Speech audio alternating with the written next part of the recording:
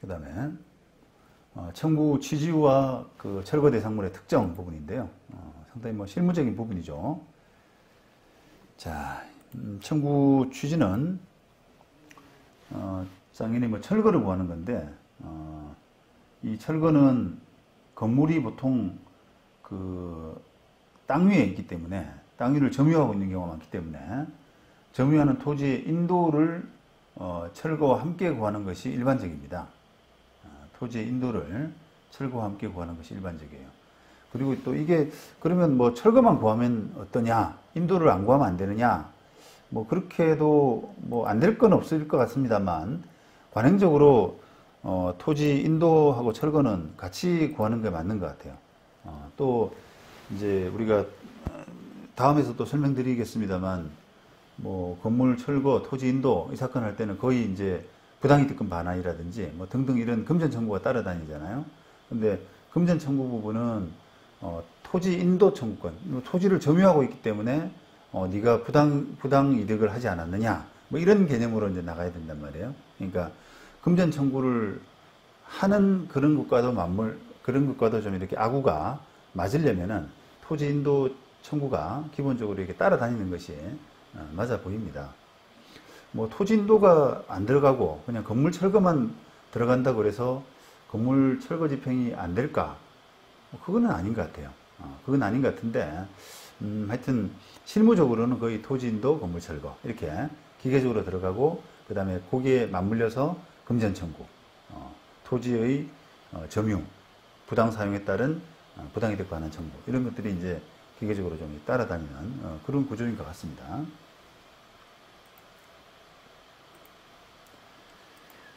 자, 이게 철거 판결을 받으려면 이제 건물을 특정해야 되는데 등기부나 건축물 대장 또 관련 설계도 이런 것들이 존재하면 그걸 바탕으로 그냥 특정하면 되고요. 만약 이런 서류들이 공부들이 존재하지 않는다면 건물을 철거하기 위해서 특정하기 위해 가지고 재판 과정에서 측량 감정 이런 것들을 신청을 해야 됩니다. 그래서 거기서 이제 감정 도면이 나오면 그걸 바탕으로 대상물을 특정하는 것이 원칙적인 방법입니다. 자, 요 부분은 이제 건물 특정을 위한 객관적인 자료, 등기부 같은 것이 존재하는 경우인데요. 피고는 원고에게 별지 목록 1 기재 건물을 철거하고 별지 목록 2 기재 토지를 인도하라. 뭐 이런 식의. 별지는 이런 식으로. 이게 다 등기부에 이제 나와 있죠.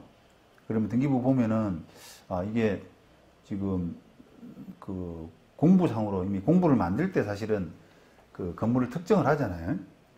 그런 도면들이 있어야 등기부를 만들어주기 때문에, 공부를 만들어주기 때문에 그런 정도의 공부가 있다면, 그거는 그 정도 가지고는 이제 법원이 신뢰를 하는 거죠. 그래서 요런 3층짜리 근린생활시설 및 단독주택이고 1층은 어느 정도 면적이고 2층, 3층 어느 정도 면적이고 이런 것들이 공부상으로 나와 있으면 그냥 이걸로 갖다 붙이면 되는 겁니다. 자, 그 다음에 건물 특정을 위한 객관적인 자료가 존재하지 않을 경우에는 요거처럼 이런 어떤 토지 위에 별지 감정도면 표시 요런 점들을 연결한 선내 가 부분 얼마 건물을 이렇게 하라. 그 다음에 요런 또 축대도 철거하라. 뭐 이런 식의 요런 식의 이제 그 표현을 많이 쓰죠. 표시를. 그래서 요런 겁니다. 이렇게. 요 땅 위에 이제 요 땅 주인이 요런 건물 등기가 되지 않은, 그러니까 공부상에 뭔가 나와 있지 않은 그런 건물을 철거하라는 소송을 할 때 이 측량 감정을 하는 겁니다. 그래서 그 측량 감정을 하게 되면은 요 토지 생긴 모양의 그 건물이 어느 자리에 앉아 있는지 위치와 소위 면적 이런 부분을 이제 구해주거든요. 그래서 그런 부분을 이제 표시하면 그 도면을 바탕으로 이렇게 특정을 아까처럼 위에처럼 이렇게 특정을 하는 그런 구조를 가집니다. 자, 그리고 조금 특이한 게 이제 쇼핑몰이나 오픈상가 이런 부분인데, 이런 그 우리가 뭐 쇼핑몰 같은 데 가보셨잖아요. 그 뭐 한 층에 굉장히 많은 그 뭐 수십 개, 수백 개 이런 구분 점포들, 그게 그 하나하나 조그만 그 공간들이 다 구분 점포들이거든요. 뭐 1001호, 1002호, 1003호 이래가지고 그렇게 구분 점포들이 있는데, 원래는 아까 이제 그 구분 점포들도 다 어떻게 보면은 그 하나하나의 등기부가 다 있잖아요. 그 등기부 떼 보면은 뭐 표시가 나와 있어요. 그래서 원래는 원칙대로 하자 그러면은 그런 등기부나 뭐 건축물 대장이 있는 건물은 별도로 이제 측량 감정을 할 필요가 없이 별지도면 별지도면 부동산 이렇게 해서 101호 이런 걸 철거하라 이렇게 판결 받으면 되는데, 이게 그 등기부가 있기 때문에 사실 법원도 판결 단계에서는 신경을 별로 안 써줍니다. 왜냐하면 등기부가 있는 건물은 철거하는 데 있어서 등기부만 제출하고 등기부 표시대로 이 건물 철거해 주세요라고 청구 취지를 내게 되면 법원도 별 이제 이의가 없죠. 그런데 이제 그 문제는 나중에 그 집행하라고 했을 때 문제거든요. 그게 101호를 철거하라 이런 식으로 해서 현장에 갔더니 그 횡하니 그냥, 만약에 그 건물 1층 자체가 뭐 수백 개 이런 오픈 상가로 되어 있는데 이렇게 구분이 안 돼 있고 뭔가 백화점 같은 거 또는 대형 마트 이런 걸로 해서 영업하기 위해서 다 밀어버리고 그냥 횡하니 있으면은 어느 부분이 101호인지를 알 수가 없잖아요. 그래서 집행 단계에서 이제 문제가 생기거든요. 그래서 이런 실질적으로 이제 101호를 뭐 철거를 구하는데 나중에 집행이 되기 위해서 법원 판단 단계에서는 그냥 등기부만 가지고 판결 받는 데는 지장 없지만 그 판결문 가지고 실제로 집행이 될 수 있느냐라고 하는 부분에서는 이게 조금 이제 쇼핑몰이나 오픈상가 같은 경우는 문제가 있다는 겁니다. 그래서 두 가지 방법이 있는데요. 하나는 그 판결 받을 단계에서부터 이게 비록 등기부가 있는 건물이긴 하지만은 아예 쇼핑몰의 특성상 아예 측량을 해주세요. 판사님한테. 측량 감정 신청을 아예 하는 거죠. 그래서 측량을 해가지고 도면을 아예 그리는 겁니다. 그러면은 이제 도면상에서 그 101호가 어디 위치인가라고 하는 부분이 보다 이제 좀 선명해질 거 아니겠어요? 그래서 그 도면이 첨부된 판결문이 나온다 그러면은 그 판결문으로 집행하는 데는 이제 별 무리가 없게 되는 거죠. 그 다음 또 하나의 방법은, 판결에서는 그냥 그 등기부만 내고 101호 철거하라 이렇게 받은 다음에, 그 다음에 집행하는 단계에서, 집행관이 집행물 특정을 위해 가지고 측량을 의뢰하는 경우도 간혹 있거든요. 그래서 그런 방법, 두 가지 방법, 판결 단계에서부터 측량 감정을 하거나 아니면 집행 단계에서 뭐 집행관이 이제 측량이 필요하다고 보이면 측량 부분을 좀 도움을 받거나 뭐 그렇게 이제 두 가지 방법이 있는데, 제가 볼 때는 첫 번째 방법이 좀 더 안전하지 않을까. 안전성을 기한다면. 왜냐하면 집행관들의 집행 기준은 사실은 저도 좀 잘 모르겠더라고요. 만약에 이제 그런 101호 측량 도면, 감정 도면 없이 그냥 101호에 대한 그 판결문, 도면 없는 그냥 판결문을 가지고 집행관한테 의뢰를 했을 때 집행관이 그 친절하게 이제 이거는 조금 측량을 해서 집행을 하자라고 할 수도 있는 반면에, 또 어떤 집행관들은 이거 가지고는 집행이 안 된다, 다시 판결을 받아와야 된다 라고 해서 그냥 집행 불능을 선언해 버리는 경우도 있거든요. 그러면 이제 그 재판을 측량을 위해서 다시 해야 되는, 물론 이제 그거는 그렇다고 해서 우리가 기판력이라고 그래서 한번 받은 판결을 똑같은 내용을 받기 위해서 그렇게 다시 하는 것은 원칙적으로는 기판력이 저촉되잖아요. 그런데 뭐랄까요, 목적물이 불분명해가지고 대상물이 불분명해서 이렇게 새로 뭔가 판결을 받는 그런 경우는 약간 기판력의 예외라고 하거든요. 그래서 다시 할 수는 있긴 해요. 그런데 이게 재판이란 게 하루 이틀 걸리는 것도 아니고 시간이 많이 걸리는 작업이기 때문에 그걸 위해서 긴 시간, 뭐 1년 가까이를 다시 소송을 하는, 그렇게 하는 것보다는 조금 비용이나 시간이 들더라도 감정 절차를 아예 하고 가는 게 낫지 않나. 집행관이 가서 이게 어디가 어딘지 모르겠다. 나는 집행 못해. 라고 하는 경우가 예상된다면 그거는 아예 그냥 그 집행 단계까지 가지 말고 판결 단계에서부터 측량을 하는 것이 어떨까 하는 것이 제 생각입니다.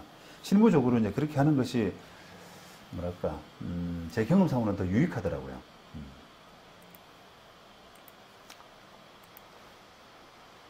자, 그런 부분을 좀 말씀을 드렸고요.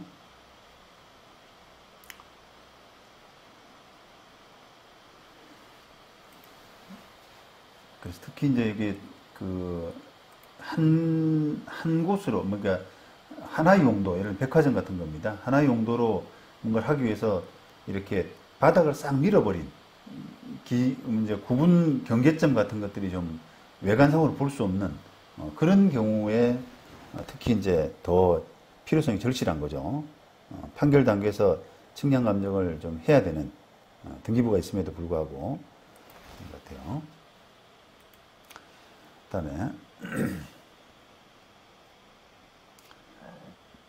그 건물인 것처럼 보이긴 하지만 건물이 아닌 경우, 이런 경우도 있습니다.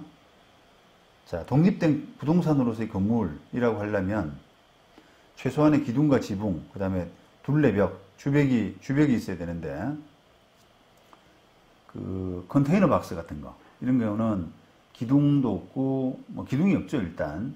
지붕이라고 할 수 있는지 모르겠습니다만, 컨테이너 박스, 그 다음에 비닐하우스, 이런 것들이 건물이 아닌 거죠. 그 다음에 아직 그 기둥과 지붕이 완성되기 이전 단계의 공사 구조물, 이런 것들은 부동산으로서의 건물이 될 수가 없습니다. 이런 거에 대해서는 이제 철거 청구를 하기가 조금 어렵죠. 자, 만약에 컨테이너 박스다라고 하면은 우리가 보통 뭐 취거라는 표현을 쓰거든요. 취거, 철거 대신에. 근데 어쨌든 그 땅에 건물이 아니라 그냥 컨테이너 박스, 동산으로서의 컨테이너 박스가 있으면 그 건물 치워줘라고 하는 부분을, 어떻게 보면 건물도 그냥 좀 쉽게 우리말로 표현하자 그러면은 건물 치워줘, 없애줘 라고 하는 부분을 우리는 철거라는 용어로 하듯이, 실무적으로는 그런 건물이 아닌 일반 뭐 동산, 컨테이너나 비닐하우스 같은 이런 동산에 불과한 물건들은 취거라는 표현을 많이 씁니다. 그런데 뭐 철거라는 부분도 뭐 쓰면 틀리냐라고 하는 거는 아닌 것 같아요. 가끔 판례들도, 하우싱 판례들도 그냥 비닐하우스 철거하라, 컨테이너 철거하라, 이런 식의 그 주문도 많이 내더라고요. 근데 우리가 엄밀하게 이제 우리가 교과서적으로 또는 좀 이렇게 원칙적으로 한다면 취거라는 표현을 쓰는 것이 더 맞을 것 같아요.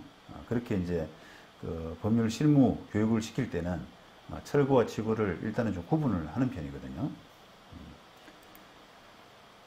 자, 그런 틀에서 보시겠습니다.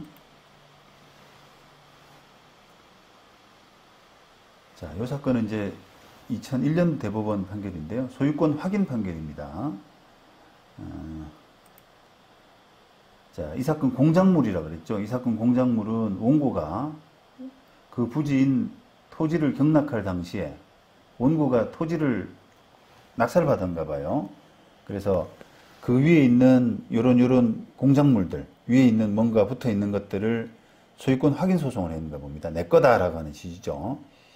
그래서 토지를 경락할 당시에 지하 1, 2층, 그 다음에 지상 1층에 콘크리트 골조 및 천장 공사, 그 다음에 지하 1, 2층에 흙이 무너져 내리는 것을 방지하는 옹벽 공사만 되어 있고 주벽은 설치되어 있지 않았으며 공사 진척도는 약 한 20, 30% 정도에 불과했다. 이걸 원심법원은 이렇게 인정하고, 그래서 이 사건 공작물을 독립한 건물로 보기는 어렵고 토지에 부합되어서 토지와 함께 경락인을 거쳐서 원고 소유가 되었다. 이렇게 된 거죠. 자, 이 원고가 지금 경락인은 아닌가 봐요. 그죠? 경락인을 거쳐서 원고 소유가 됐다 이렇게 하는 거 보니까 경락인으로부터 뭔가 다시 취득한, 토지를 취득한 그런 사람인데, 원고가 주장하기를 경락인이 토지를 경락받을 당시에 요런 정도까지 공사가 밖에 안 돼 있었기 때문에 요거는 그냥 부합물이다. 그죠? 부합물이다. 그렇게 주장을 했고, 원심은 이제 그걸 받아들였습니다. 그러니까 결국은 이제 그 경락인이 그 부합된 그 공작물, 여기서 말하는 공작물이죠. 공작물을 취득을 했고, 그 다음에 그게 이제 원고까지 이어졌다라고 해서 원고 승소 판결을 했는데, 대법원은 그걸 파기했어요. 왜 파기했냐? 그 건물이 되려면 최소한의 기둥과 지붕, 주벽이 필요한데, 요 원심이 인정한 사실관계를 보게 되면은 이 사건 공작물은 지하 1, 2층 그리고 지상 1층까지의 콘크리트 골조, 기둥, 천장 슬라브가 완료되어 있었어요. 그 다음에 지상 1층의 전면 남쪽에서 보아서 이런 그 벽도 있었고요. 일부 벽도 있었고, 그 다음에 내부 엘리베이터 공 벽체가 완성되어 있었다. 이런 걸 보면은 이거는 그 기둥과 지붕, 그 다음에 주벽이 이루어진 경우 이런 걸로 봐야 된다는 겁니다. 그리고 그게 비록 미완성 상태의 독립된 건물이지만 원래는 이제 7층 정도로 설계됐는데 지상 1층까지만으로도 구분 소유권이 대상이 될 수 있는 구조임이 명백하다라고 해서 어쨌든 기둥과 지붕, 주벽으로서는 그 자체로서는 그 부동산으로서 요건은 갖춘 것이다. 물론 아까 이제 말씀드린 요게 요 단계에서 소유권을 누가 취득하고 그다음에 누가 완성했을 때 그 전체적인 소유권을 누가 취득하느냐라고 하는 부분하고는 조금 다른 맥락입니다만은 하여튼 요 단계까지 지상 1층 단계까지만 완성되더라도 그건 부동산이라는 거예요. 그렇다 그러면은 토지에 이제 부합되기가 어렵죠. 그죠? 그래서 그거를 내 거다, 토지 소유자 거다라고 이렇게 확인 청구를 구했는데 그거는 이제 받아들이지 않는 그런 결론을 냈습니다. 그 다음에 대법원 2003년도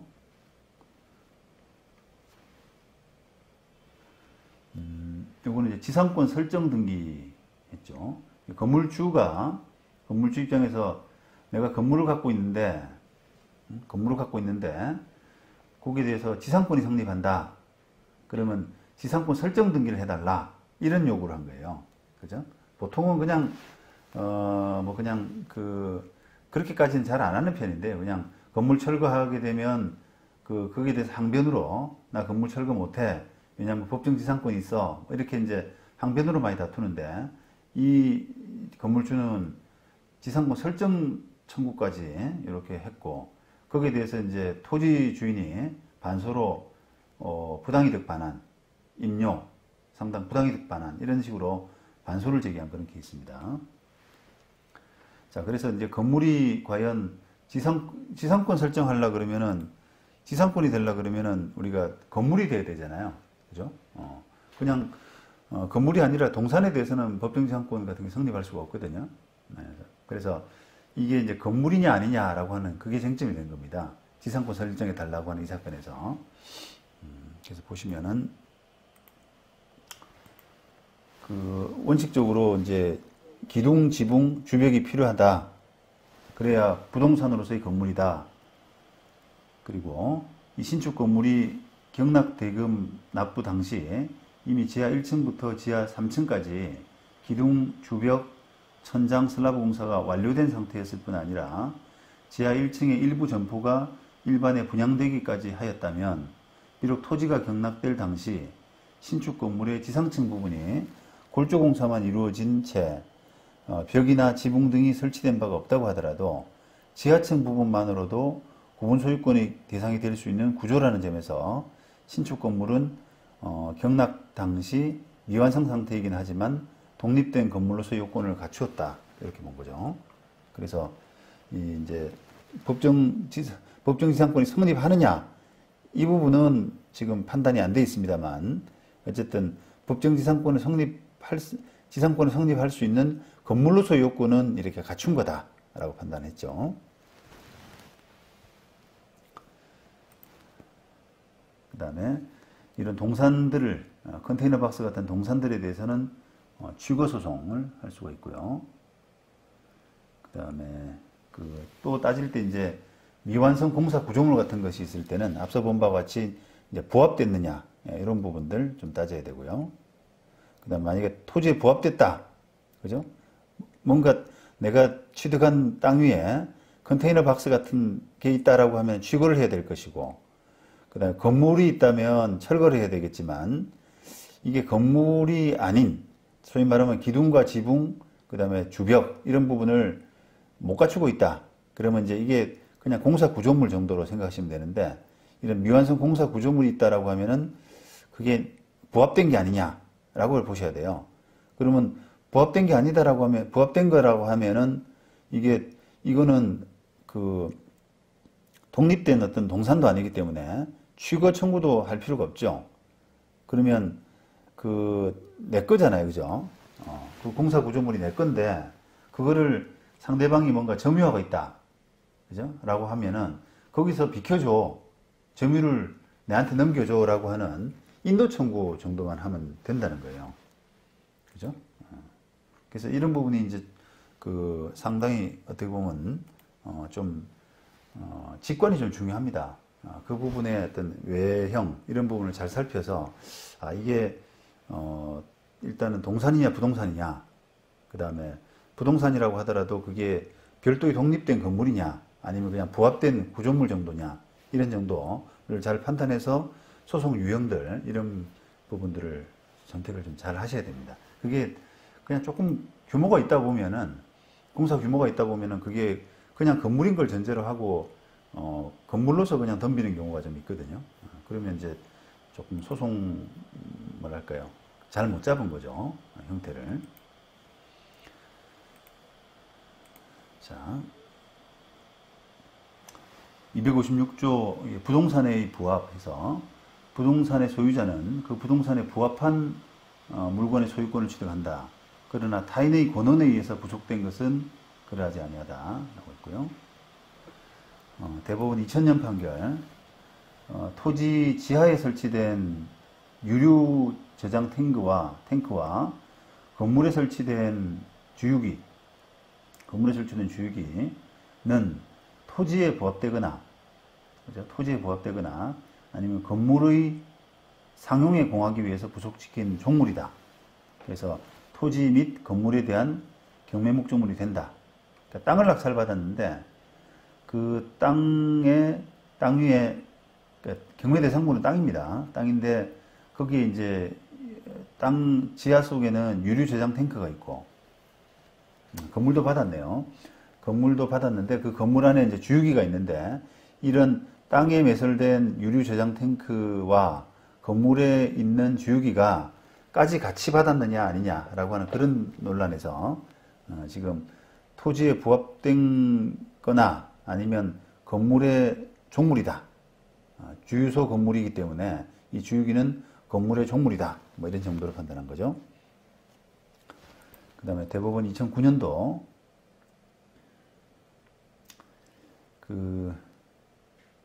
이제 어떤 건물이 부동산에 부합된 것으로 인정되기 위해서는 그 건물을 훼손하거나 과다한 비용을 지출하지 않고서는 분리할 수 없을 정도로 부착, 합체되었는지 여부, 그리고 그 물리적 구조 용도와 기능면에서 기존 부동산과는 독립한 경제적 효용을 가지고 거래상 별개의 소유권 객체가 될 수 있는지 여부, 이런 걸 종합해서 판단하면 된다. 입니다. 자, 그런데 요게 이제 토지 인도 소송이죠. 이게 석축, 토지 사이들의 토지의 석축과 범면, 요게 보통 이제 뭐랄까요, 서로 기울기가 차이가 나는, 그죠? 이렇게 뭐랄까, 높낮이가 있는 땅 있잖아요. 높낮이가 있는 땅에 뭐 건물이 있는 건 아닌데 그 높낮이 부분을 좀 이렇게 메꾸기 위해 가지고 그 석축이나 범면 같은 거를 설치하잖아요. 그런데 그게 남이 설치한 남이 설치한 석축이나 봇면이 내 땅 위에 이렇게 넘어와 있는 이런 경우입니다. 그러면은 그거를 치워줘. 왜 내 땅에 너가 설치한 석축과 봇면이 넘어왔냐? 치워줘라고 하는 그런 이제 뭔가 제스처를 해야 되는데 그 부분에서 이게 부합됐느냐, 석축이나 봇면이 부합됐느냐 여부가 이제 논란이 된 그런 사안입니다. 보시죠. 원고가 일단은 치워줘라고 하는 소송을 했잖아요. 그런데 원심이 판단하기를 이 사건 석축과 봇면이 원고 토지 위에 있는 사실은 맞다. 그 다음에 이 피고 토지의 전 소유자인 소의 1, 소의 2가 이 사건 석축과 봇면을 설치한 후에 그 다음에 피고에게 이 사건 토지를 매도했다. 이렇게 했어요. 자, 그렇다면 원심이 뭐라 판단했냐면 원고 토지 위에 있는 이 사건 석축과 봇면은 원고 토지에 정착된 공작물로서 이를 원고 토지로부터 분리할 경우 과다한 비용이 소요될 뿐 아니라 토사의 붕괴로 인해서 원고 토지의 경제적 가치가 현저히 손상될 것이므로 이 사건 석축과 봇면은 원고 토지에 부합된 것으로 보는 것이 상당하다라고 판단한 것은 정당하다는 겁니다. 그리고 피고는 이 사건 석축과 봇면이 설치된 후 토지를 승계 취득하였을 뿐이므로 피고에게 위 석축과 봇면에 대해서 방해 배제 의무가 있다고 보기도 어렵다. 이렇게 했죠. 이제 그러니까 이걸 석축과 봇면은 누구 거냐? 그죠? 이렇게 판단해서 보시는 것처럼 원고 토지 위에 있는 남이 설치해서 원고 토지 위에 있는 석축과 봇면은 누구 거냐라고 하는 거는 원고 거다. 왜냐하면 그거는 이렇게 기울어진 어떤 토지, 인접지 그 부분에 필요한 시설이라고 보기 때문에 그거는 이제 원고 거다라고 본다면 그러면 그걸 떼가줘 이렇게 소송하는 것은 적절치 않다는 거예요. 왜냐하면 그건 내 거기 때문에 내 거를 상대방한테 떼가줘 이렇게 할 수는 없잖아요. 그러면 이제 만약에 그게 굳이 소송을 한다 그러면 손해배상 소송을 하는 게 맞을 거예요. 상대방한테 왜 너가 내 땅에다가 내가 원하지도 않았는데 그걸 설치했냐 라고 해서 그걸 이제 뭐 나중에 내가 치우는 내가 필요 없다 그러면 내가 치워야 되잖아요. 그러면 그런 식의 비용이 들어간 그런 손해배상 소송을 하는 것이 소송 형태로서는 더 적절하다고 보입니다. 그래서 이게 이제 실무에서 이제 자주 발생을 해요. 그게 대표적인 게 이제 어떤 다른 사람 땅 위에다가 콘크리트 포장을 해버린 거. 그죠? 길을 편하게 다니기 위해서 남의 땅 위에다가 콘크리트 포장해서 그걸 자기가 이제 쓰고 있는 자동차 다니고 하는 그런 도로로 쓰지 않습니까? 그런데 그 소유자 입장에서는 그걸 해결하고 싶은 거거든요. 땅 주인이 볼 때는 나는 내가 원하지도 않은데 제 콘크리트 아스팔트 이런 것들이 깔려 있으니까 그걸 철거해 보고 싶은 거예요. 그런데 그거를 소송으로서 해야 되느냐라고 하는 그런 의문들을 많이 말씀하시거든요. 근데 이제 소송은 할 필요가 없는 거죠. 왜냐하면 콘크리트 포장물이라고 하는 것은 토지에 부합된 걸로 그냥 봐야 되거든요. 그럼 내 건데, 내 거니까 필요하다 그러면은 내가 그냥 깨버리고 하면 돼요. 그죠? 그렇다고 해서 다른 사람의 어떤 재물을 손괴한다거나 그런 논리가 안 나온다는 겁니다. 그죠? 다른 사람의 물건을 만약에 내 땅 위에 다른 사람의 물건이 있다라고 할 때, 예를 들면 그냥 다른 사람의 건물이라고 하죠. 내 땅에 다른 사람의 건물을 하나 무단으로 지었다라고 해서 그걸 해결하기 위해 가지고 그냥 깨버린다라고 하게 되면 그거는 재물 손괴가 되거든요. 왜냐하면은 그 물건의 소유권은 다른 사람이기 때문에, 내게 아니기 때문에. 그런데 지금처럼 이 땅에다가 이제 아스팔트를 그냥 깔았다, 아스콘을 깔았다라고 하게 되면은 그거는 그 위에 덮여있는, 땅 위에 덮여있는 그 콘크리트 구조물, 이런 것들은 기본적으로 이제 소유권 자체가 내한테 오는 겁니다. 그래서 그걸 깨더라도, 다른 사람의 물건을 손괴한, 재물 손괴죄, 이런 구조가 성립이 안 된다는 거예요. 하지만 그게 이제 우리가 주의토지 통행권이라든지 하는 등등 그런 논리로서 그 다른 사람의 통행을 방해한다거나 뭐 그런 권리를 침해하면 이제 안 되죠. 그런 정도의 이제 의무만 있을 뿐이지, 그게 부합이라고 하는 논리에서 여러 가지 경우, 지금 뭐 석축과 봇면 이것도 마찬가지고, 콘크리트 아까 시설물, 콘크리트 덮개 이런 부분들도 부합이라는 측면에서 그걸 잘 해결을 하셔야 돼요. 그래서 저도 예전에 이제 한번 그게 좀 논란이 될 때가 있었거든요. 왜냐하면 일단 기본적으로 그게 내 땅 위에 남이 시설을 해놓게 되면 그게 과연 내 건지 아니면 저 사람 건지 하는 부분이 조금은 헷갈려요. 이게 딱 아까 콘크리트 시설물처럼 딱 붙어 있으면, 땅바닥에 붙어 있으면 아 요거는 부합됐다라고 해서 쉽게 판단을 좀 할 수가 있지만, 그게 아니라 조금 이렇게 그 돌출된 시설물들, 또 특별한 시설물들 이런 것들이 있으면은 야 저게 부합됐냐 안 됐냐, 다시 말하면 내 건이 아니냐, 이런 부분들이 조금 그 판단하기 애매할 때가 있어서, 저도 이제 그런 경우는 그 한번 그런 경우가 있었는데, 이게 배수로 같은 거, 이게 산 밑에 땅을 갖고 있는 의뢰인이 땅을 가지고 있었는데, 그거를 이제 옆집에서 그 의뢰인 땅에다가 무단으로 배수로를 이렇게 묻어 놓은 겁니다. 콘크리트 이렇게 그 시설을 해가지고. 근데 그래야 이제 산에서 물이 내려올 때 이게 물을 그 다른 데로 뺄 수 있는 그런 목적 아니겠어요? 근데 그거를 배수로를 의뢰인 땅으로 그렇게 해놓는 바람에 의뢰인이 그걸 치워달라고 이제 요구를 하고 싶은데, 그걸 어떻게 할까 고민하다가 제가 볼 때는 이제 부합물 같은 생각이 들었어요. 그런데 그걸 부합물이면 결국은 내 거 아닙니까? 그렇다 그러면 그 배수로를 그냥 깨버리는 그런 방법으로 해서 해결을 해도 되는데, 그게 이제 그렇게 했을 때 과연 뭐랄까 형사재판이라든지 형사 고소하게 되면 과연 그 경찰관이 그 부합의 논리를 알 건지, 충분히 오해 소지가 있잖아요. 왜냐하면 남이 한 거기 때문에. 그래서 그런 오해 소지도 있고 해서 그냥 전략적인 차원에서 그 건물 철거, 취고 이런 소송으로 남의 건물인 걸, 남의 물건인 걸 전제로 하고 그 건물 치워달라, 그 물건 저 배수로를 없애줘라 라고 하는 그런 이제 소송을 했었거든요. 그러니까 패소를 각오하고 한 소송이죠. 그런데 뭐 사실은 이제 결론에서는 졌지만, 결론에서는 부합물이라고 나왔죠. 그 배수로란 것은 의뢰인 토지에 부합된 물건이기 때문에 철거 구할 수 없다, 취거 구할 수 없다, 이렇게 해서 결론은 졌지만은 예상대로 패소한 그런 사건이라서 해결이 잘 된 겁니다. 그러니까 어쨌든 판결 이후에서 보면은 의뢰인 거다라고 하는 부분을 판단을 받았기 때문에, 그 뒤로는 이제 의뢰인이 그 배수로에 대해서 뭔가 뭐 좀 이렇게 훼손한다거나 치운다거나 정리한다거나 하는 부분이 이제는 조금 더 명확해진 그런 결론을 얻은 그런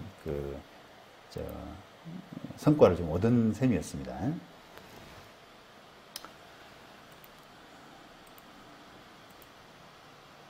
자, 그래서 요 석축과 봇면도 이제 그런 부합된 거다라고 해서, 그 다음에 방해 배제, 뭐 건물 그걸 없애라, 그렇게 요구하기는 논리상으로도 어렵다.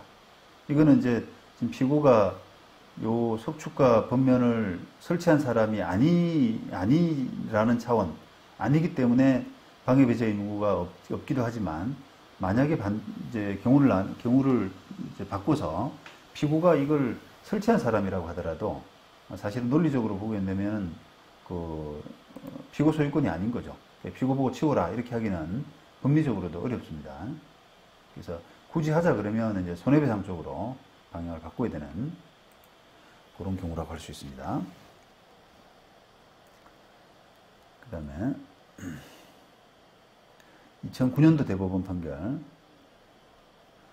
부동산에 부합된 물건이 사실상 분리복구가 불가능해서 거래상 독립된 권리의 객체성을 상실하고 그 부동산과 일체를 이루는 부동산의 구성 부분이 된 때는 타인의 권한에 의해서 이를 부합시킨 경우에도 그 건물의 소유권은 부동산 소유자에게 귀속한다. 그러나 토지 지상에 별개의 부동산인 건축물이 건축된 경우 토지 지하에 시공된 이게 지금 사일로 시설 같은 거죠. 사일로 시설. 요거는 조금 이제 설명을 조금 간단하게 드리면, 복잡한데 간단하게 드리면, 이 토지에 별개 부동산인 사이로 시설, 이게 이제 사이로라는 게 뭐 그 소위 가루를 보관하는 시설인데요. 이게 원통형 시설 같은 거 있잖아요. 시멘트 사이로도 있고 뭐 곡물 사이로도 있고 뭐 그런 거죠. 그래서 그런 별개의 부동산인 사이로 시설이 있는데, 이 사이로 시설을 지지하기 위해서 지하에 항타 박아놓은 매립된 콘크리트 파일이 있습니다. 그래서 이 콘크리트 파일이 특수한 물건이라서 제가 좀 자세히 설명을 안 드리겠는데요. 이런 콘크리트 사이로 시설을 지지하기 위해서 지하에 이렇게 매립해 놓은 콘크리트 파일은 토지에 부합됐느냐 아니면 사이로 시설에 부합된 물건이냐, 이런 논리예요. 그런데 이제 그 부분에서 토지 소유자하고 사이로 시설 건물 소유자가 다르니까 그걸 소유권을 두고 이제 다툰 그런 경우인데, 어쨌든 결론적으로는 그 사이로 시설, 건물이라고 하는 사이로 시설을 지지하기 위한 그런 물건이기 때문에, 비록 땅에 박혀 있다고 하더라도 요거는 그 건물에 부합된 것이다, 건물의 구조물의 일부다, 뭐 이런 식으로 해석을 한 경우입니다. 자, 요거 이제 건물이 아닐 때는 이렇게 좀 나름 특징이 필요하죠. 요거는 나무들이에요, 나무들. 한 그루 한 그루 뭐 다 안 되기 때문에 그냥 요렇게 도면해가지고, 도면 없네요. 도면은 안 붙였구나. 도면해가지고 그 아까처럼 그 가 부분 1, 2, 3, 4을 연결한 가 부분 수목, 그 다음에 나 부분 그 간판, 이렇게 해서 특정하는 그런 방법을 취하셔야 되는 거죠. 네, 오늘은 여기까지 마무리하겠습니다. 수고하셨습니다.